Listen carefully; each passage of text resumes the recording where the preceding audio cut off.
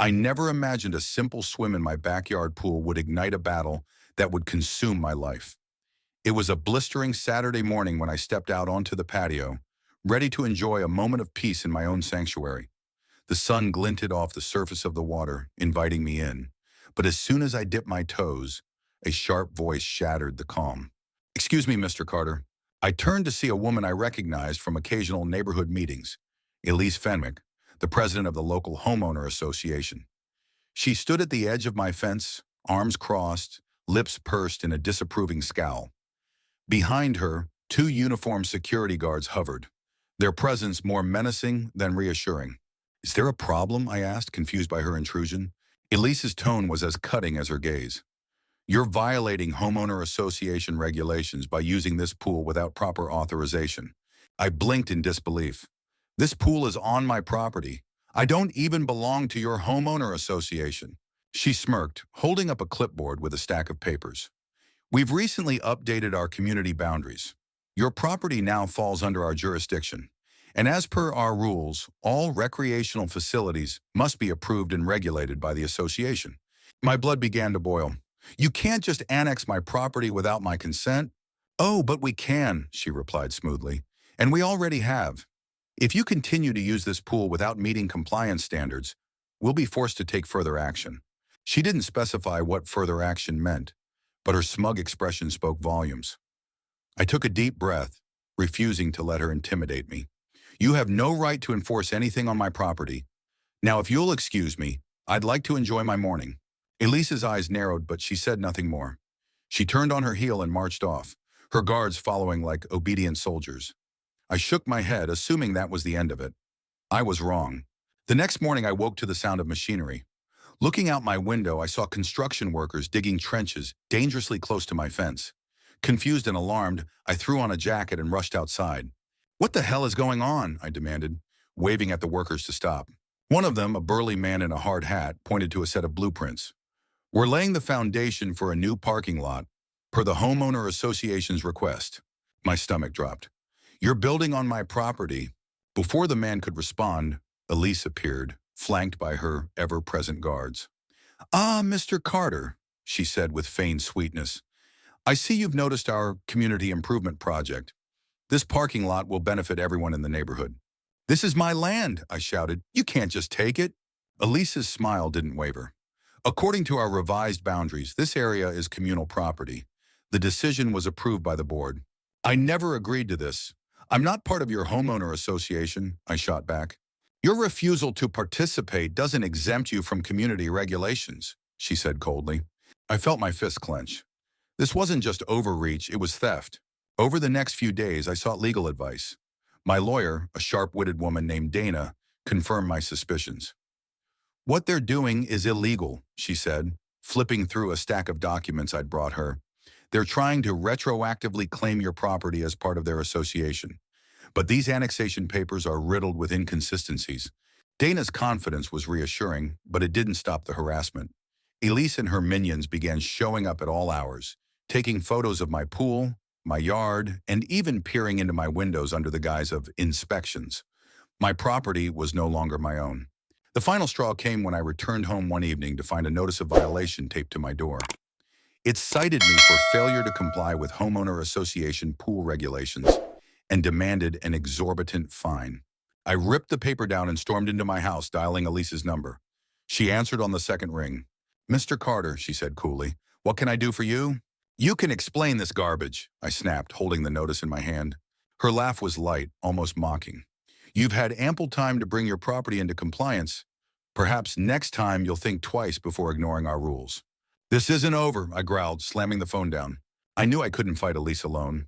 It was time to rally the neighbors who'd been silently watching from the sidelines. Over the next week, I knocked on doors, shared my story, and discovered I wasn't the only one suffering under Elise's reign.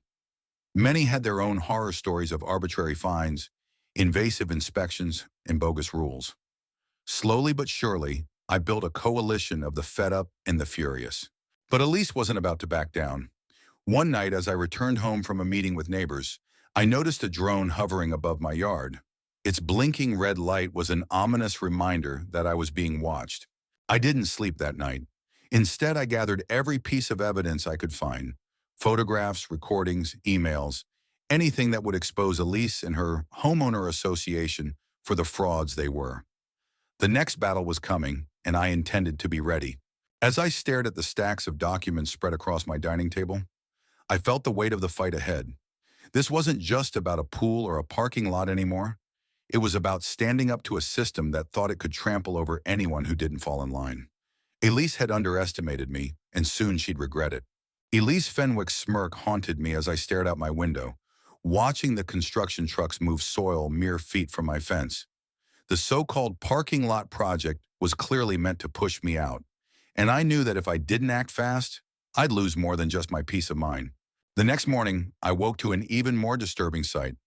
My pool was roped off with yellow caution tape, and a sign reading "Closed pending homeowner association inspection" was staked into the ground. I stormed outside, ripping down the tape as neighbors peered from their windows. "What now?" I muttered, dialing Dana's number. My lawyer picked up almost immediately, her tone sharp and reassuring. "They're escalating, Jason," she said, "but they can't legally block access to your pool. Send me photos and stay vigilant." Dana's confidence gave me a sliver of hope, but my frustration boiled over when I spotted Elise strolling down the street. She was flanked by Karen, one of the more vocal homeowner association supporters, whose penchant for spreading gossip was rivaled only by her loyalty to Elise. "Elise," I shouted, marching up to her. "What is this?" She feigned surprise, her lips curling into a mockery of concern. "Ah, Mr. Carter, we've received complaints about safety hazards regarding your pool. Until we can ensure compliance, it must remain closed." Karen chimed in, her nasal voice grating. "We're just looking out for the neighborhood, Jason. You'd understand if you were part of the community." "I am part of the community," I snapped, "but I'm not part of your homeowner association, and you have no right to dictate what I do on my property." Elise's eyes glinted with malice. "We'll see what the courts have to say about that." Determined not to let Elise intimidate me, I spent the next few days reaching out to other neighbors. As I listened to their stories, it became clear that I wasn't the only one under siege. One elderly couple recounted how they'd been fined for leaving their garage door open for more than an hour. Another neighbor described how Elise had used vague regulations to force them to repaint their house, only to reject the approved color. Fueled by anger and solidarity, I organized a meeting in my backyard. Over 24 neighbors showed up, their faces etched with frustration and fatigue. As I stood before them, I felt a surge of determination. "This isn't just about me," I began. "Elise and her cronies have been abusing their power for too long. It's time we stand together and take back our neighborhood." The crowd murmured in agreement. Dana, who had graciously agreed to attend, stepped forward with a stack of documents. "I've reviewed their bylaws," she said. "Many of their actions are legally questionable, if not outright illegal. But to fight back, we need hard evidence and unified support." Over the next week, our coalition gathered proof. Neighbors shared photos, emails, and recordings that painted a damning picture of Elise's reign. One particularly shocking discovery came from a whistleblower who'd worked with the construction company. He revealed that Elise had promised them a cut of inflated association fees in exchange for their cooperation. Buoyed by this breakthrough, we filed a formal complaint with the county. The response was swift. An investigator was assigned to look into the homeowner association's practices. For the first time, I felt like we had a real shot at justice, but Elise wasn't going down without a fight. One evening as I returned home, I found my front door spray painted with the words, "Traitor to the community." My stomach churned as I stared at the vandalism. Whoever did this wanted to scare me, but it only strengthened my resolve. The final blow came when Elise orchestrated a surprise inspection of my property. I was alerted by a neighbor who spotted her and Karen sneaking through my backyard with a clipboard and a camera. I stormed outside, phone in hand, to record the intrusion. "Caught in the act, Elise," I shouted. "You're trespassing." She straightened, unrepentant. "We're conducting a routine inspection. Your refusal to comply with our regulations leaves us no choice." "You're breaking the law," I countered, pointing my phone at her. "This footage is going straight to the investigator." Karen tried to argue, but the damage was done. The next day, I submitted the video, along with a detailed report of Elise's harassment. The investigator promised to expedite the case. As I sat on my porch that night, exhausted but resolute, I knew the fight was far from over. Elise and her allies had underestimated the power of a united community. Together, we were turning the tide, and I was determined to see this battle through to the end. The video of Elise trespassing on my property quickly became a rallying cry among the neighbors. Word spread through the community like wildfire, and the momentum we had been building reached a fever pitch. People were no longer afraid to speak out against Elise and her homeowner association. But with every small victory, the stakes grew higher. Despite the investigation looming over her, Elise refused to back down. In fact, her tactics became even more ruthless. One morning, I woke up to find my water supply mysteriously shut off. When I called the utility company, they informed me that a request had been filed by the homeowner association to temporarily suspend service for maintenance. It was a blatant lie, but it meant another day without basic utilities. Donna was furious when I told her. "This is an abuse of power," she said. "We need to document every incident and escalate it to the authorities." But the harassment didn't stop there. Drones hovered over my property at odd hours. Their cameras pointed directly at my windows. Karen, Elise's staunchest supporter, began spreading rumors that I was a troublemaker intent on destroying the neighborhood's harmony. I overheard her telling a group of neighbors that I'd faked the trespassing video to frame Elise. The smear campaign was in full swing. Our coalition decided it was time to go public. We organized a town hall meeting, inviting both neighbors and the local press. The turnout was overwhelming. People packed the community center, their whispers creating a tense undercurrent as we prepared to take the stage. Dana opened the meeting with a powerful speech. She laid out the evidence we'd gathered, from the fake annexation documents to Elise's backdoor deals with the construction company. The whistleblower's testimony was the highlight. His account of how Elise had promised him kickbacks in exchange for helping her seize my land left the room in stunned silence. When it was my turn to speak, I recounted my experience, from the first confrontation at the pool to the vandalism on my front door. I ended with a direct plea to the community. "This isn't just about me," I said, my voice steady despite the lump in my throat. "It's about all of us. We deserve to live in a neighborhood free from fear and corruption. Elise doesn't represent our community. We do." The room erupted in applause, and for the first time I felt the tide turning in our favor. But Elise was not one to go down without a fight. The very next day, I received a letter from a law firm representing the homeowner association. It accused me of defamation and threatened legal action if I didn't retract my statements. The letter was nothing more than an intimidation tactic, but it sent a clear message. Elise was escalating the battle to new heights. Donna wasn't fazed. "This is a scare tactic," she said, tossing the letter aside. "They know their position is weak. Let's focus on building our case." Meanwhile, tensions in the neighborhood continued to rise. Elise's supporters became more aggressive, yelling insults as I walked to my car or leaving passive-aggressive notes on my doorstep. It was exhausting, but I refused to back down. Just when it seemed like Elise might succeed in wearing us down, we uncovered the evidence that would turn the tide for good. One of my neighbors, a tech-savvy retiree named Phil, managed to hack into a publicly accessible server used by the homeowner association. What he found was explosive.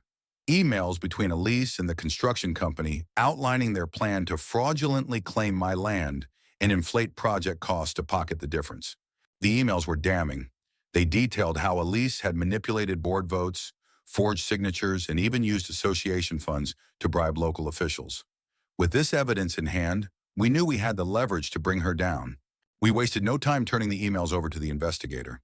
Within days, the county announced a full-scale inquiry into the homeowner association's practices. Elise tried to play the victim, claiming she was being unfairly targeted, but the evidence was undeniable. The neighborhood was abuzz with gossip and speculation. Karen, once Elise's most vocal supporter, quietly distanced herself, claiming she had been misled. Other board members began resigning, hoping to escape the fallout. But for me, the real victory came when the county issued a cease and desist order, halting all homeowner association activities until the investigation was complete. The construction equipment vanished from my property, and the yellow caution tape around my pool was finally removed. As I stood on my porch that evening, watching the sunset over my now peaceful yard, I felt a rare sense of calm. The battle wasn't over. There would be hearings, lawsuits, and more confrontations to come.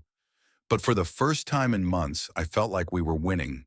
Elise's reign of terror was crumbling, and our neighborhood was beginning to heal. Together, we had proven that even the most corrupt systems could be challenged when people stood united. With the cease and desist order in place, Elise Fenwick's grip on the neighborhood began to weaken, but the fight was far from over.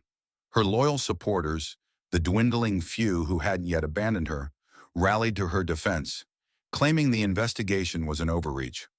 Meanwhile, the neighborhood's newly united residents prepared for the legal battles ahead. The first major blow to Elise came from within her own ranks.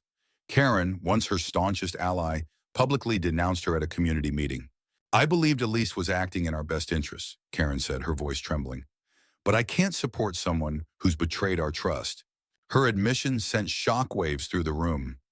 Some of Elise's remaining allies began to waver, their confidence shaken by the growing evidence against her.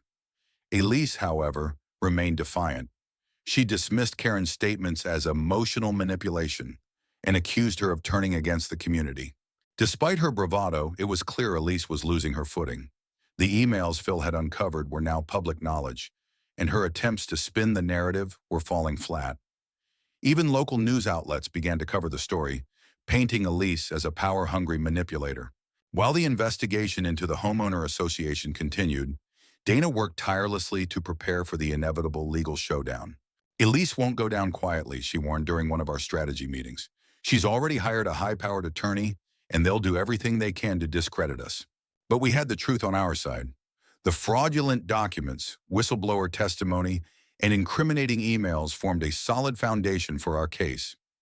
Dana filed a lawsuit on behalf of the neighborhood, seeking damages for Elise's illegal actions and a court order to dissolve the current homeowner association board. The filing was met with immediate backlash. Elise's attorney countered with claims of defamation, arguing that we were waging a personal vendetta against her. The legal back and forth was exhausting, but we refused to back down. As the court dates loomed closer, Elise's tactics took an even darker turn. One evening, I returned home to find my backyard gate wide open and my pool vandalized. The water was murky with debris, and someone had spray-painted "liar" across the patio. The sight made my stomach churn. It was a clear message, meant to intimidate me into dropping the lawsuit. Instead, it only fueled my determination. I reported the incident to the police, adding it to the growing list of harassment complaints against Elise and her supporters. The next day, I shared photos of the vandalism with the neighborhood coalition. The outrage was immediate. Neighbors who had previously stayed neutral now stepped forward to join our fight, disgusted by the escalation of Elise's actions. As the trial approached, tensions in the neighborhood reached a boiling point.